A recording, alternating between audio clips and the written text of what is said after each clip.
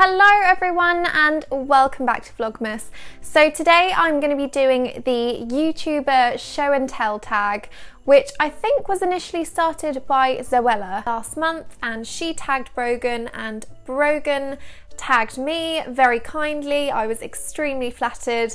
So I've watched both of their videos on this, and I also watched Binky's video. So I really wanted to give this one a go myself. I know it's not massively festive, but I did want to film a few sit down chatty videos for Vlogmas, so I thought this one would be a great one to start with. Obviously I am still fairly new on YouTube. I've only been going properly since about February, so I don't have years and years of videos behind me, but I thought it might be quite interesting for you guys to see from a newcomer's perspective how I found it, who I've been loving, and just a few things I've learned along the way. So I do have all of the tag questions on my phone, so if you catch me looking down, that is what I'm doing.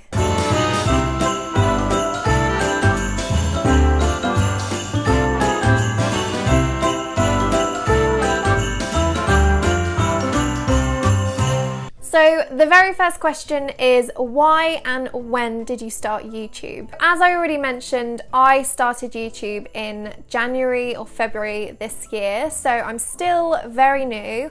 I started because I've had a blog since 2011, and the reason that I set up that blog was because I always wanted to be a journalist.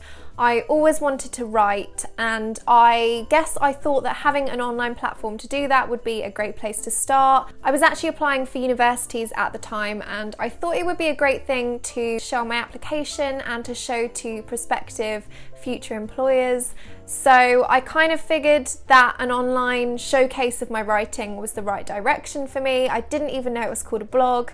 And so I have basically written on that blog since 2011. I've shared all of my life, I've poured my heart out, I've shared things that I hadn't even shared with people in real life. And it's really been a learning curve for me. I never thought it would bring me the opportunities that it has, so that's extremely exciting. However, I was always quite scared to make the leap over to YouTube, mostly because I am not very good at talking on camera.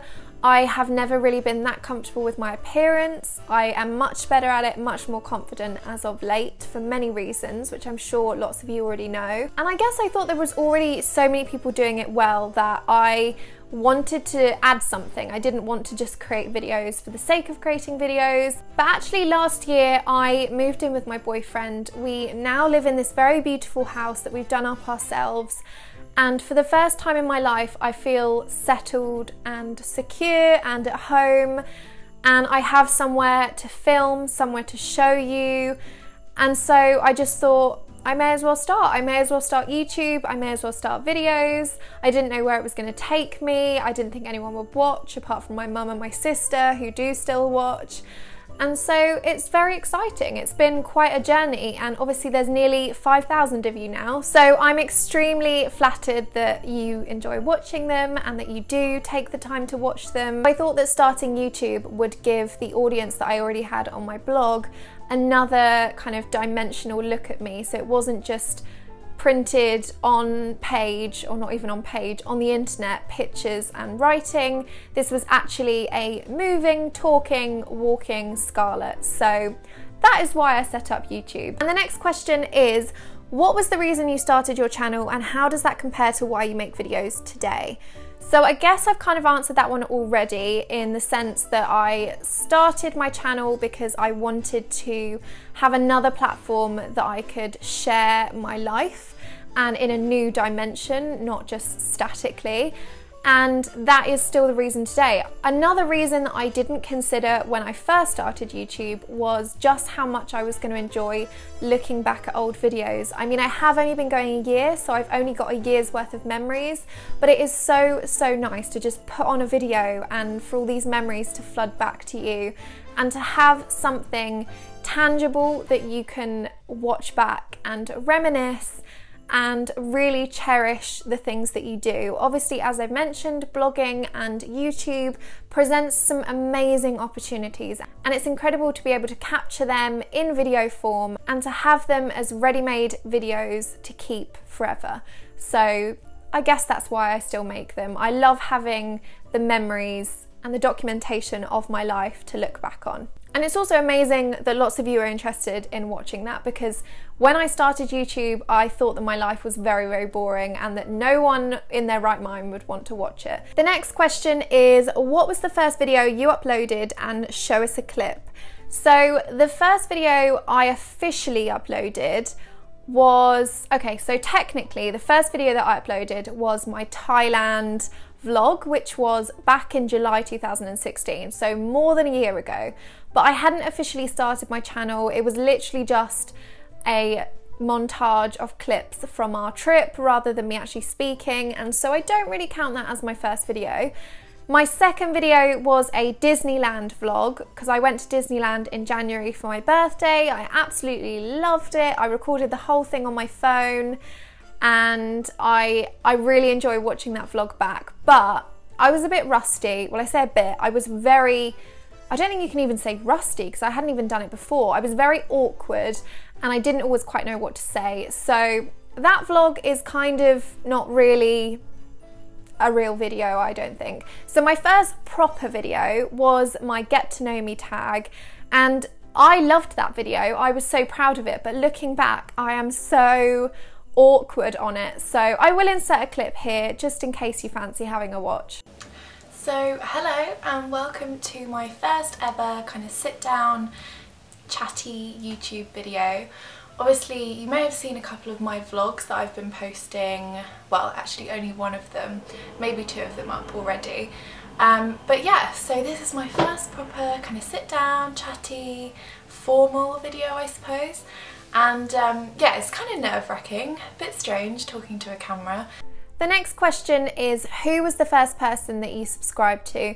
I am not entirely sure who the very first person was that I subscribed to, but I know that one of the first was of course Zoella. I'm sure she was yours as well. So I have been reading Zoe's blog from the very beginnings. I think even in about 2010, just before I'd started my blog, I did read her blog. I loved reading about her car boot sale hauls, her journeys, her beauty tips, and obviously when she then went on to do YouTube, I loved the fact that she was exactly how she was on her blog, just it translated into something that was really, really cool and fun to watch, and you felt like you were friends with her. So I guess that's why YouTube in itself has been so successful, because you can literally just stick a video on, even if it's on in the background, and you feel like you have this friend, this non-committal friend that's just talking to you and sharing advice, and you don't even have to bother to talk back. So it's great. I think, to be honest, the people that I then subscribed to was the people in the Gleam group. So Tanya Burr, Jim Chapman, Alfie, I watched all of them. I remember lots of their videos got me through the first year of uni, which for me was very lonely, and it was so nice to be able to put those videos on and feel like you knew them. The next question is, who is the most recent channel that you've subscribed to? Again, I'm not entirely sure who this is, because I do like to subscribe to quite a lot of people actually, but I will run through a list of people that I've subscribed to in the last few months who I'm really, really enjoying. Obviously, as within this tag, I will link everyone down below that I really, really love on YouTube, just in case you fancy checking out a few new YouTubers. But quite recently, I have really got into a girl called Misha Grimes videos. She and her mum are just so hilarious and so engaging to watch. So she does a lot of hauls where her mum will go and buy her an outfit and she will buy her mum an outfit, and they just seem to have the best time together. It's the loveliest mother-daughter relationship, and I love how their relationship translates on camera.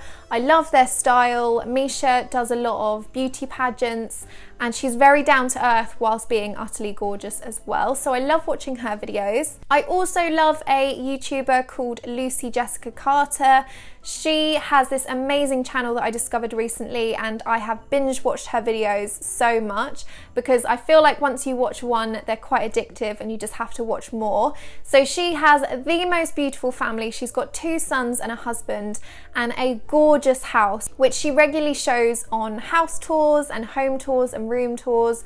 So if you need any interiors inspiration, then definitely have a look at her channel because it's amazing. And even if you really enjoy easy to watch vlogs and vlogs that you know you'll get stuck into, hers is definitely one to try. I also love a girl called Demi's videos.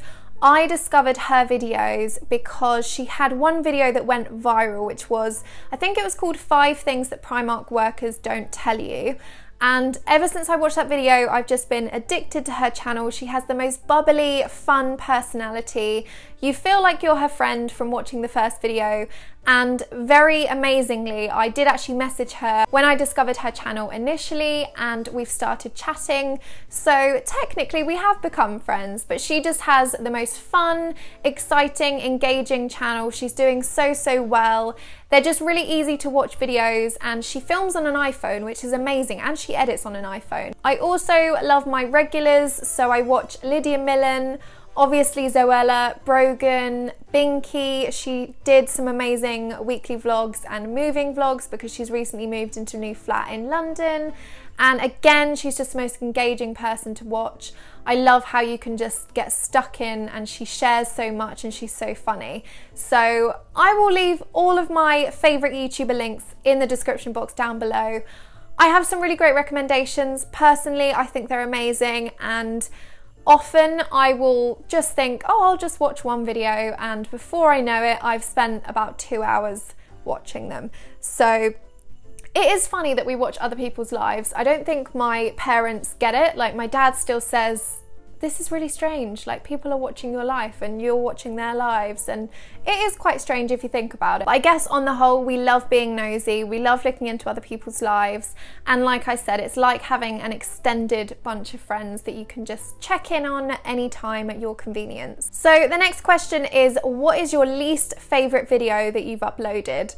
I am not sure about this one actually, because I have filmed and edited so many videos that have just never gone live because I haven't been completely happy with them. I feel like every video that I've put up online I have been really happy with, or I wouldn't have put it up.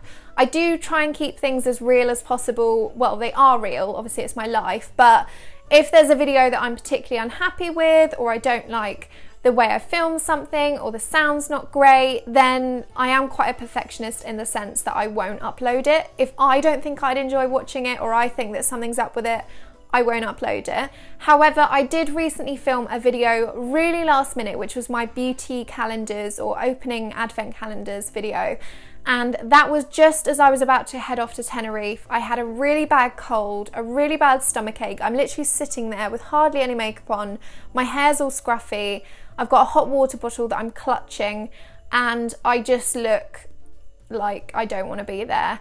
And it is such a shame because it was a really exciting video. I had all these amazing advent calendars, but I know I needed to get the video up right then because obviously once you get into December, people have already bought their advent calendars.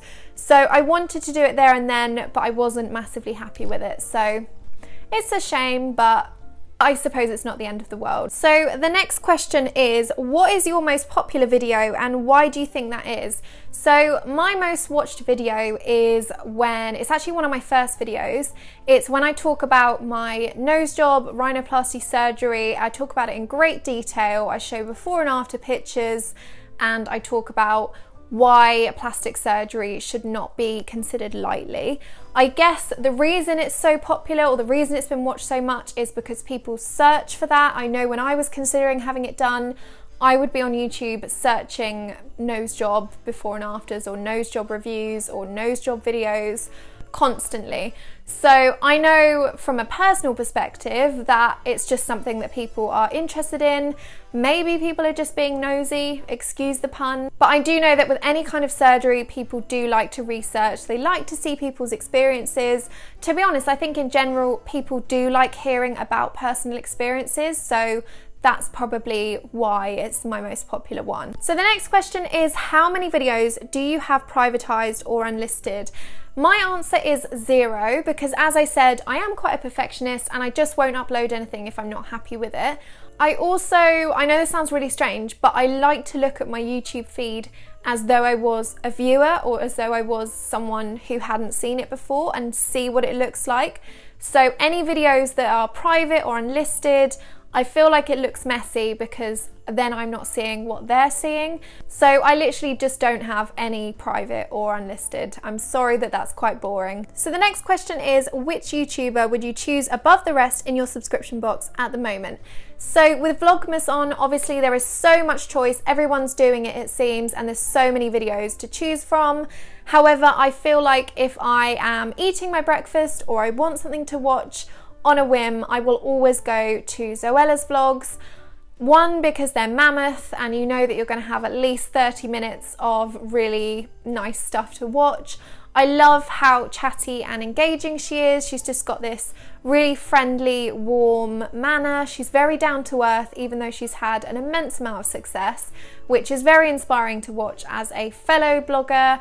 It's amazing to see how far somebody can go. She's obviously got the most incredible house, so if you need any kind of interior inspiration, it's quite nice to have that as her backdrop.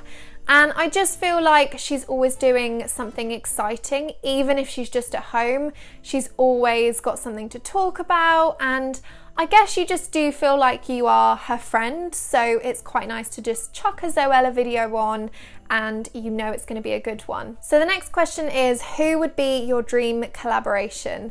I have actually never done a collaboration video. I've never done a video in collaboration with any other YouTuber or any other person actually. I don't think I've ever had a sit down chatty video with anyone else. But if I did have the opportunity to choose anyone, I think it probably would be Zoella, to be honest. I feel like we're quite similar in personalities and it would be cool to chat about, I don't know what we chat about. Maybe our love for chicken katsu curry at Wagamama's, who knows. I think my dream video to film though, just because I'm obsessed with walk-in closets and walk-in wardrobes, would be with Claire Chanel. Now, if you haven't checked out her YouTube, definitely go and do it now. She has the most amazing house, the most amazing wardrobe in the world, and she's so funny, she's so down to earth, she has the best sense of style, and I think, again, we'd really get along and I would just love to raid her wardrobe. But somehow, I'm not sure any of those are going to happen, so we'll wait and see. The next question is, what was the hardest video for you to film? I think probably the hardest thing that I've ever had to film, although technically I didn't have to film it, I chose to capture it, was a segment of a weekly vlog where I'd literally just found out that my friend Dean had passed away. And I don't know why I decided to film that. I think it was because I was vlogging that day anyway, and it was so raw and I wanted to remember Dean in some way. So I filmed me talking about it, and I must have had the camera rolling for about 10 minutes and me not talking for about 8 of those minutes. It was really quite difficult to put into words how I was feeling, and also to kind of get a word in edgeways amongst my kind of breathlessness and my tears. And I didn't know whether I should post that, but I kind of felt I was doing an injustice to Dean if I didn't, and if I kind of brushed over it. I don't know why, but yeah, that was probably the hardest thing I've had to film. The next question is, if all of your videos were deleted but one, which one would you keep? So I would probably keep one that hasn't had many views actually, but I really, really love it. It's really special to me and I'm so glad that I've captured it. And it is a surprise that David planned for me, where we go to London Zoo and we were zookeepers for the day. And he captured on camera when he told me about it. He captured everything on camera.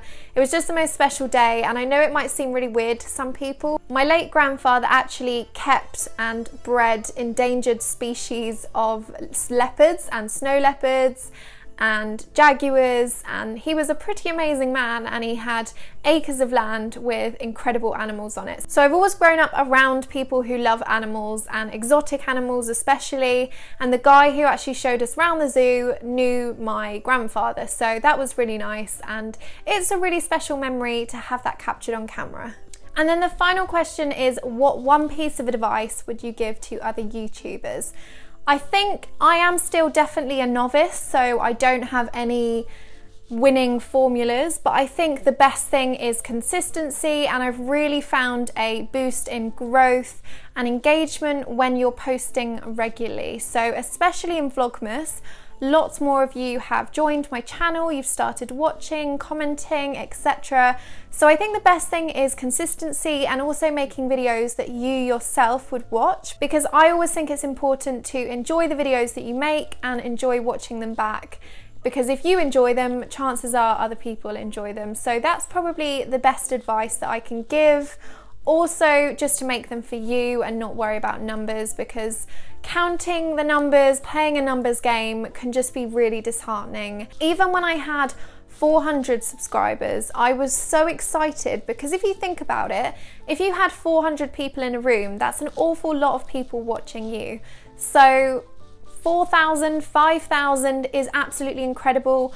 I know I will never have 10 million like Zoella, but I am happy just to keep going how I am. Hopefully lots of you enjoy the videos, and I just love sharing my life in this way and having the memories to look back on. I know I probably sound like a broken record because I've said that so many times, but I really do. So thank you so much for watching this video. I'm sorry if it's been really long-winded and I've just waffled on.